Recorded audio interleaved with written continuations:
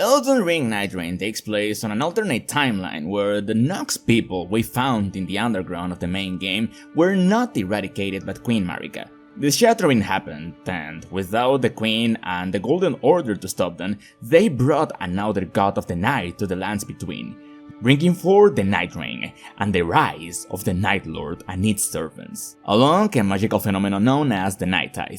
A rising ring of blue fire that corrodes and twists the minds of everything it touches. Seeing what happened with certain other gods, it's kind of justifiable why Marika wanted to vanishing them all.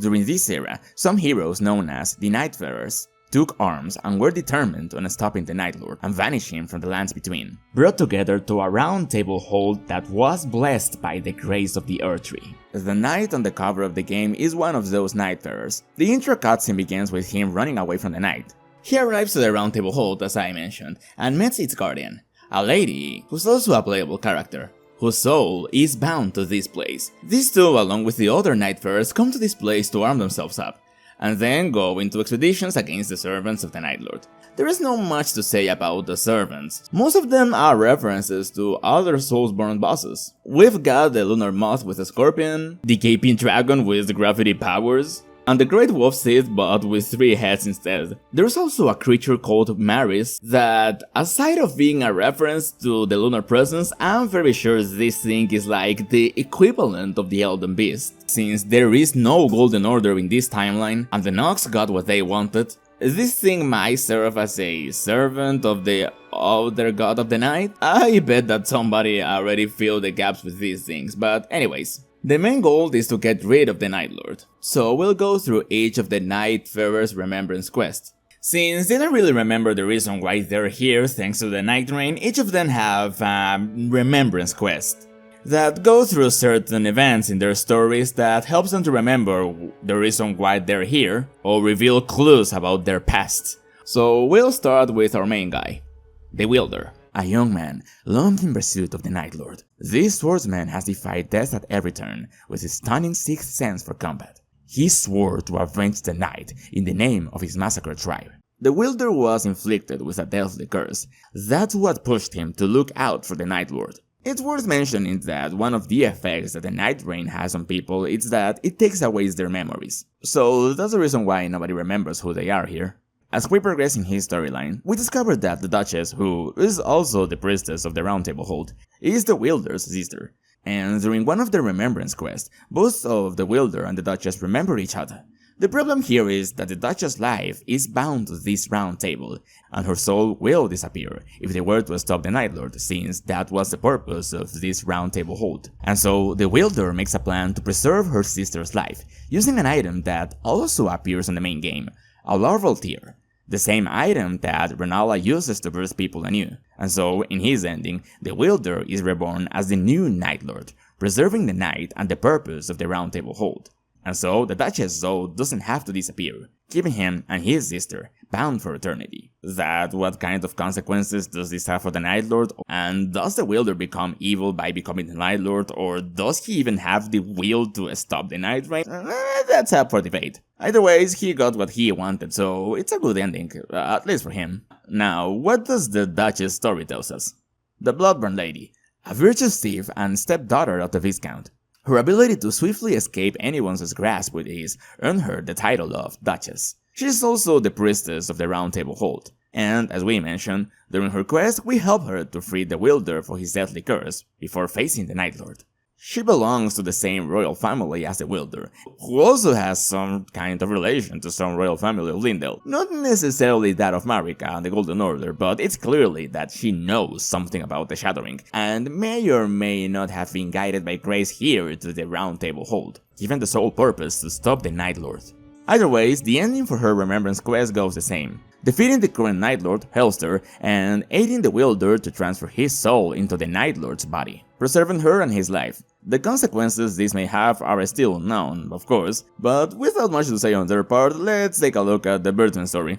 Pinion Folk Knight of the Winged Realm, a former captain who was injured in a war, in which his country's fate hung in the balance. When he met the other Nightfarers, the witch approached him to heal his wing. The Guardian felt that the curse that was eating away his wing receded. Its progress halted. He thanked her with courtesy, but the recluse just shook her head in silence. The guardian turned his eye to a nearby pile of books. He thought that maybe, with some knowledge, he might have been able to save his people and began to address the recluse as his teacher. He later remembered that during that war, some enchanted blades cursed their people and robbed them of their flight. That was the reason he was the only survivor left, and later finds out the recluse belonged to the same witches that destroyed his people. They created the spell that robbed them of their flight. And the recluse pretty much confirms that indeed that was the case. And so, at the end of the Remembrance quest, we have the option to forgive the recluse, to let go of their past and look into the future to defeat the Night Lord.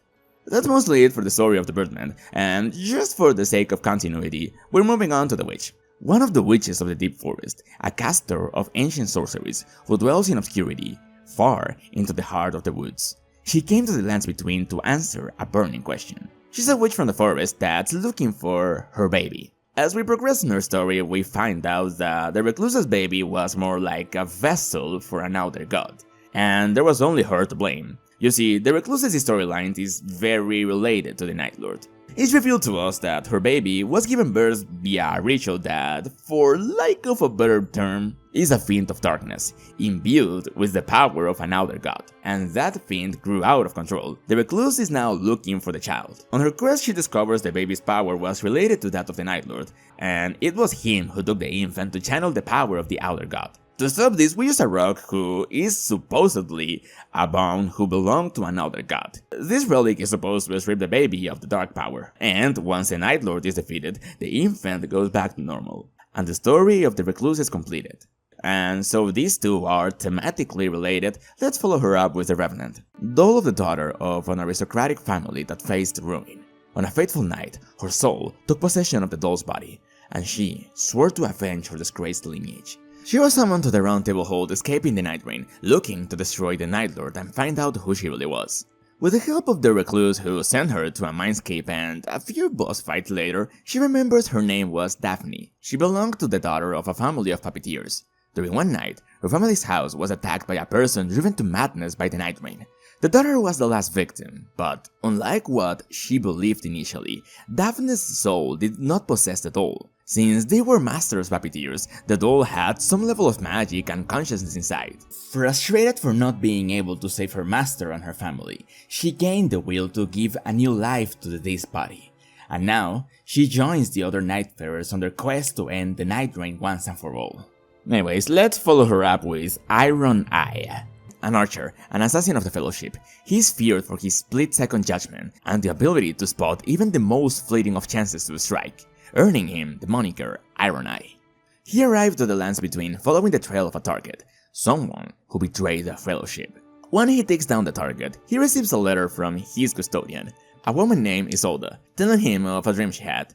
Since the assassins of the Fellowship are disposed once their task is over, she had a dream where a member of their Fellowship wields the power of the night, giving them endless tasks to fulfill, so no one has to be disposed ever again.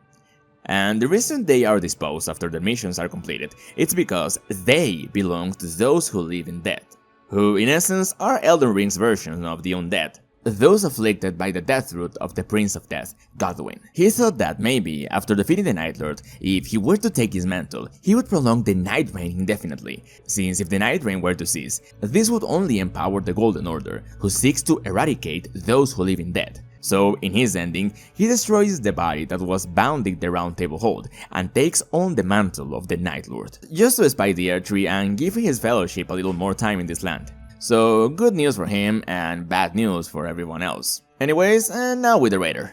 A pirate that felt like facing the Night Lord. After some incursions against the Night Lord, the Raider can complete some side quests that sends him to a tournament against some enemies, and after defeating them, he begins to remember more and more of his time sailing the waters. And he remembers a tale about a feud between two captains, Whitehorns and Blackhole. Since he has the Whitehorn's helmet, we initially think he is that pirate, but as his Remembrance quest progresses, he remembers that his rival was taken by the Nightreign. And so he took his helmet to honor him since they never had a fight to prove who was superior. At the end of this quest, the real Blackhole comes back to life, and the Raider, now revealed to us as Blackhole, faces his rival once and for all to claim who is the best and finishing his quest. Hey, it's nice to see one of these characters getting an ending that's not tragic or somewhat morbid. And now let's wrap this up with the Executor. As this condemned soul, with a body fused with pieces of armor, went missing after a prison stint in the lands between, brandishes a cursed blade and savors every battle. And indeed, he once belonged to the Crucible Knights and fought alongside Godfrey during the Unification Wars of the Golden Order. But as you know, the Greater Will had no place for the old Crucible under its reign, and so the God Queen Marika disposed Godfrey and the Knights. Some things happened and the Elden Ring gets shattered, and the Crucible Knights now roam the lands between. The thing is, they didn't hold any grudges against the Golden Order. They were still loyal to it, even after their banishment. That's why he's initially so entranced by the Earth Tree, and is very disturbed to what happened to it after the shattering. And so he tries to paint it by memory. During his Remembrance quest, he is sent to look out for some golden flowers and sprouts of the Earth Tree, to relight the grace that the Round Table hold. Here then remembers the way he died. He was sent, for one reason or other, to kill a painter. Another executioner was sent to kill her too, and so he stops him. For the lady asked him to let her finish her painting. Afterwards, the executioner takes her life, and, filled with guilt, his own life with her. But due to some weird magic related to the Crucible, both the painter's and the executor's soul are fused together inside the Crucible armor. That's why his memories are so fragmented when he arrived to the Round Table Hold, and believed himself to be both the killer and the painter. And now he's trying to amend for his sins by defeating the Night Lord and restoring some of the grace lost of the Earth Tree. If you were to defeat the Night Lord normally, we get a cinematic where a huge shadow titan rises from the sea, takes a look to the lands between, and then vanishes into the sea. This was probably the manifestation of the Night Outer God that the Nox people brought to the lands between. We'd have to take into consideration that this ending and whatever ending we choose to the main game are very different universes. But you know, since this DLC went all in with the Cross Realms trope, even daring to bring the Nameless King, maybe there is a reasonable explanation to connect all of this, but I'm not getting into that here. And that might be it for today. I really hope you liked the video, guys, and if that's the case, remember to leave a like, subscribe, and hit the notification button. That really helps me and the channel. And leave me in the comments down below what would you like me to cover next, or what should I improve. Anyways, thank you all for watching, and I'll see you all next time.